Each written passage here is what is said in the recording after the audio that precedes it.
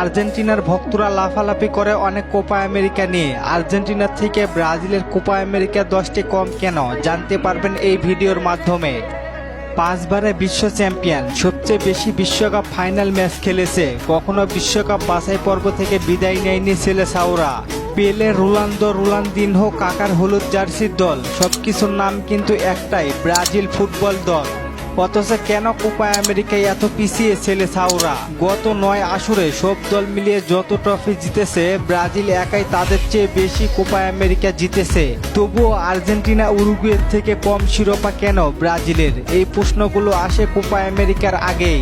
মূলত 1969 সালের আগে কোপা আমেরিকা খেলা পছন্দই করতেন না সেলেসাওরা। বিশ্বকাপই তাদের মূল ট্রফি ছিল।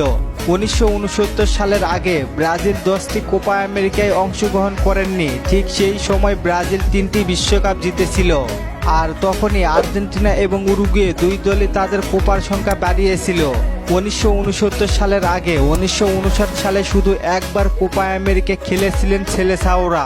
ব্রাজিল 10 আসর কোপা আমেরিকা খেললে অবশ্য ট্রফির সংখ্যা বাড়তো, আর অপরদিকে অন্যদের সংখ্যা কমতো। 1967 থেকে 1974 সাল পর্যন্ত কোপা আমেরিকা অনুষ্ঠিত হয়নি। তবে 1974 সালের পরে কোপা আমেরিকা শুরু হয়, ঠিক তখনই কিছুটা গুরুত্ব দেয় ব্রাজিল, আর তার ফলও পায় তারা। দীর্ঘ বিরতির পরে উরুগুয়ের সাথে যৌথভাবে সর্বোচ্চ 5 বার শিরোপা দখল করে নেয় সেলেসাওরা। পরপর 3টি কোপা আমেরিকা জিতে শতাব্দীর সেরা দল হয়েছিল ব্রাজিল। এছাড়া গত 10 আসরের মধ্যে 5টি কোপা আমেরিকায় গিয়েছে ব্রাজিলের ঘরে। আর সেই শতাব্দীতে একবারই কোপা আমেরিকা জিতেছে আর্জেন্টিনা। আর্জেন্টিনার 15 বার জেতা এবং উরুগুয়ের কোপা আমেরিকা জেতার কারণ ছিল ব্রাজিলের অনুপস্থিতি।